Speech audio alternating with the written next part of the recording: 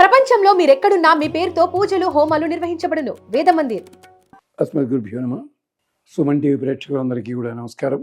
మీ ముందున్నది డాక్టర్ టికేవి రాఘవన్, విశ్రాంత గణిత శాస్త్ర అధ్యాపకుడు. గత తరంలోని 11 మంది దిగ్దంతుల దగ్గర బ్రహ్మసూత్రములు, అలాగే ద్రవిడ ప్రబంధము, అదే పద్ధతిలో పురాణములు తెలుసుకుని వృత్తిరీత్యా ఇంజనీరింగ్ కాలేజీలో పనిచేస్తూ ఇలాంటి ఛానల్స్కి, అలాగే బయట కూడా ఎవరైనా అడిగినట్టయితే వాళ్ళకు కూడా ధర్మశాస్త్ర విషయాలు, సందేహాలు తీర్చుతూ ఉంటాం. అది సంగతి. దీని వెనకాల అంతమంది పండితుల శుభాశీస్సులు ఉన్నాయి కనుక చెప్పే ప్రతి మాట కూడా ఆధారం లేకుండా చెప్పడం అలవాటు లేదు అని జ్ఞాపకం చేస్తూ, దీంట్లో చెప్పిన విశేషాలకు సంబంధించి మీరు ఒక్కసారి మూలము వెతుక్కోగలిగితే మూలము చూడండి. తరువాత ఇతర విశేషాల గురించి అడిగినట్టయితే అడగవచ్చును. ప్రశ్న ఎంత తమాషాగా ఉందంటే, అది ఎలాంటిదంటే, వాడెవడో ఔన్స్ గ్లాస్ పట్టుకొచ్చాట. మాస్టారు, బంగాళాఖాతం దీంట్లో పెట్టిస్తారా అన్నట్టు మెజీషియన్ తోటి. బంగాళాఖాతం ఎంత ఉంటుంది, ఔన్స్ గ్లాస్ ఎంత ఉంది, పట్టుకొచ్చి పెట్టగలరా? ఇప్పుడు అడిగే ప్రశ్న లాంటిది. శ్రీమద్ రామాయణంలో రాముడి పాత్ర ఆధునికులైన వాళ్ళు, ఈ మోడర్న్ జనరేషన్ వాళ్ళు, ఈ పిల్లలకి తగినట్టుగా ఉండేలాగా 10 విషయాలు ఏమన్నా మీరు చెప్తారా? నిజంగా ఇది ఒక సంవత్సరం పాటు చెప్పాలి, ఇంకా తగ్గిపోతుంది. 10 నిమిషాల లోపల చెప్పాలి. కొన్నేనా చెప్దాం. కనీసం పండితులు చెప్పనివి కొన్ని ఉన్నాయి, అది చెప్పే ప్రయత్నం చేస్తాం.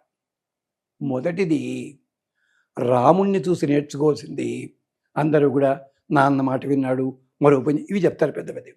నేను అంత పెద్దవాటికి వెళ్ళను. ముందుగా రాముడికి ఉన్న గొప్పతనం ఏమిటంటే, ఈ ఆధునిక జనరేషన్లో, అంటే ఈ తరంలో వాళ్ళకి స్కూలు పిల్లలు కానీ, కాలేజీకి వెళ్ళేవాళ్ళు కానీ, వీళ్ళందరూ ఎక్కడైనా కాస్త పేరు వచ్చిందంటే కళ్ళు కాస్త నెత్తి మీదకి వెళ్ళిపోయి అహంకారంతో ఉంటారు. పాటలు పాడుతుంటారు పిల్లలు. వాళ్ళకి ఏదో ప్రైజ్ వచ్చిందనుకోండి, అక్కడి నుంచి నాకు ప్రైజ్ వచ్చింది అంటూ తిరగడం.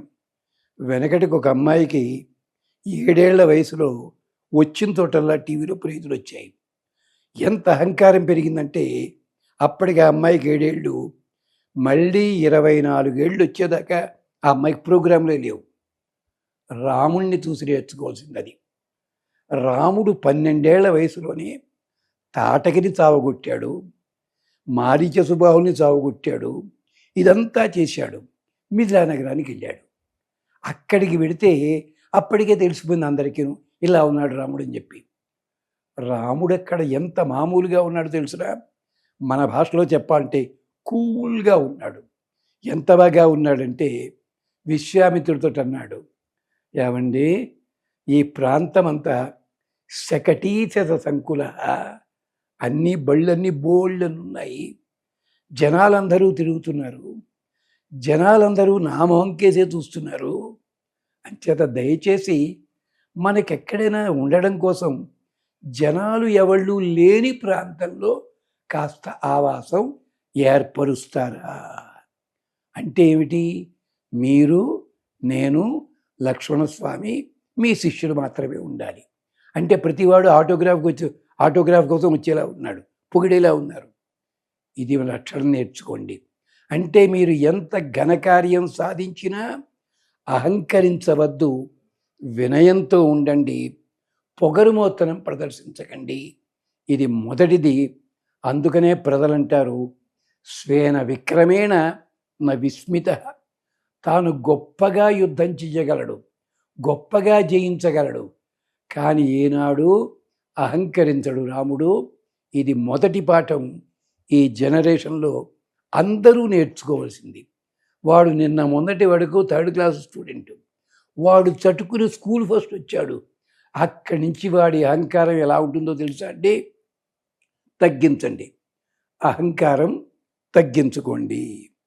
రెండవది, రాముడు పుట్టిన రోజు ఎప్పుడు నవమి.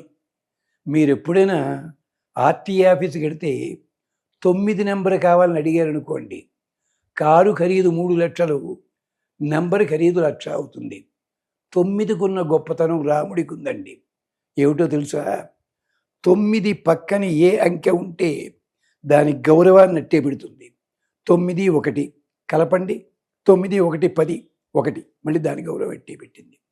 అలాగే 9 ఎన్ని గుణకారాలు చేసినా 9 ఉంటుంది.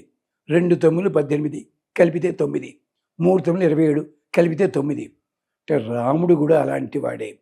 అంటే తాను ఎట్టి పరిస్థితుల్లోనూ తన పద్ధతి మార్చుకోడు, తను మాట మీద నిలబడతాడు. ఇదొక లక్షణం. అలాగే రెండోది ఏమిటి? తన పక్కన ఎవడుంటాడో వాడి గౌరవాన్ని అట్టే పెడతాడు. ఆధునికులైన వాళ్ళు కూడా దయచేసి గుర్తుపెట్టుకోండి, మీ ఇంట్లో వాళ్ళు కానీ, మీ స్నేహితులు కానీ, బంధువులు కానీ మీ మీద ప్రేమ చూపించేవారు ఎవరున్నారో వాళ్ళందరి గౌరవాలు నిలబెట్టండి. అది చేసే పని.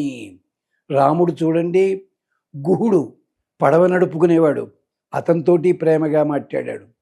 హనుమంతుడు సుగ్రీవుడు కోతులు, వాళ్ళతోటి ప్రేమగా మాట్లాడాడు.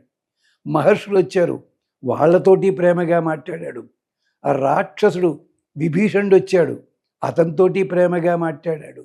శబరి ముసలావిడ, ఆవిడతోటి ప్రేమగా మాట్లాడాడు. మందరని ఒక్క తిట్టు తిట్టలేదు. తన్ని గెంటి పారేసిన ఆవిడ కైకమ్మని కూడా మాతే అని పిలిచాడు తప్ప ఇంకో మాట అనలేదు. ఇది విశేషం. ఇది రెండో లక్షణం అలవాటు చేసుకోండి. అంటే మీరున్న సమాజంలో మీరున్నందుకు పక్కవాళ్ళు ఆనందపడాలి. మీరు అహంకరించవద్దు, వాళ్ళని తక్కువ చేయకండి. ఎవళ్ళకి ఏ గౌరవం ఎక్కడ ఎంత ఇవ్వాలో అంతా ఇచ్చే ప్రయత్నం చెయ్యండి, నిలబడండి. ఇది రెండవ లక్షణము. ఇక మూడోది ఏమిటో తెలుసునా? విద్య, వినయము. మనకి చదువు కాస్త వచ్చేసరికి పొగరు మొత్తం వస్తుంది. మనం ఏదో పోటీలో గెలిచాము, జేబులో డబ్బులు ఉన్నాయి, కనిపించగానే 500 ఖర్చు పెట్టేద్దాం అనిపిస్తుంది. రాముడికి ఉన్న గొప్పతనం తెలుసా అండి? విద్య నేర్చుకుంటాడు, ఎక్కడ ఉపయోగించాలో అక్కడే ఉపయోగిస్తాడు. విద్య నేర్చుకుంటూ ఒబీడియన్స్, వినయం చూపిస్తాడు. ఎలాగో తెలుసా? రాముడికి అప్పుడు 12 ఏళ్ళు. విశ్వామిత్రుల వారు ఎక్కడెక్కడా ఉన్న అస్త్రాలన్నీ నేర్పేశాడు. రాముడు వెంటనే నేను చాలా గొప్పవాడిని, అస్త్రాలు నాకు వచ్చాయి అన్నాడా? అనా లేదు. విశ్వామిత్రుడితో అన్నాడు, గురువు గారు అన్నీ నేర్పారు ప్రయోగించడం, మరి ఒకసారి పొరపాటు జరిగితే వాటిని సరిదిద్దుకోవాలి కదా, ఉపసంహారం కూడా నేర్పుతారా మీరు అన్నట్ట. అది విశేషం. అంటే చూడండి, ఇంత విద్య నేర్చుకుని ఎంత వినయంగా మాట్లాడాడండి. అలాగే ధనుస్సు దగ్గరికి వెళ్ళాడు. గురువుగారు ఏం చెప్పారు? ధనుస్సు చూడన్నాడు. ధనుస్సు చూసి వెనక్కి వచ్చి, గురువుగారు మీరు అనుమతిస్తే ధనుస్సు ఎత్తుతానండి. ధనుస్సు ఎత్తాడు, అది విరిగింది, పక్కన పెట్టేసి మామూలుగా వచ్చాడు. అక్కడ జనకుడు వచ్చి మా అమ్మాయిని పెళ్లి చేస్తాడు. మన వాళ్ళు అంతే, అమెరికా చదువుకోవడానికి వెళ్తాడు, అక్కడ ఎవడో ఒక ఆయన మా అమ్మాయిని పెళ్లి చేస్తాడు, వెంటనే పెళ్లి చేసుకుంటాడు. అక్కడ రాముడు